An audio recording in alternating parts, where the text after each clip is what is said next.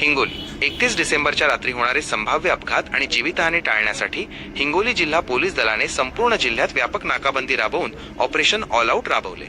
पोलिसांच्या या कडक भूमिकेमुळे जिल्ह्यात कायदा आणि सुव्यवस्थेचे रक्षण झाले असून हुल्लडबाजी करणाऱ्यांचे धाबे दणाणले आहेत। पोलीस प्रशासनाचा मोठा फौजफाटा मैदानात। या मोहिमेत स्वतः पोलीस अधीक्षक, अप्पर पोलीस अधीक्षक, उपविभागीय पोलीस अधिकारी यांच्यासह सर्व पोलीस स्टेशनचे प्रभारी अधिकारी आणि स्थानिक गुन्हे शाखेचे अधिकारी। पोलीस प्रशासनाचा मोठा फौजफाटा मैदानात। या मोहिमेत स्वतः पोलीस अधीक्षक, अप्पर पोलीस अधीक्षक, उपविभागीय पोलीस अधिकारी यांच्यासह सर्व पोलीस स्टेशनचे प्रभारी अधिकारी आणि स्थानिक गुन्हे शाखेचे अधिकारी, अंमलदार प्रत्यक्ष रस्त्यावर उतरले होते।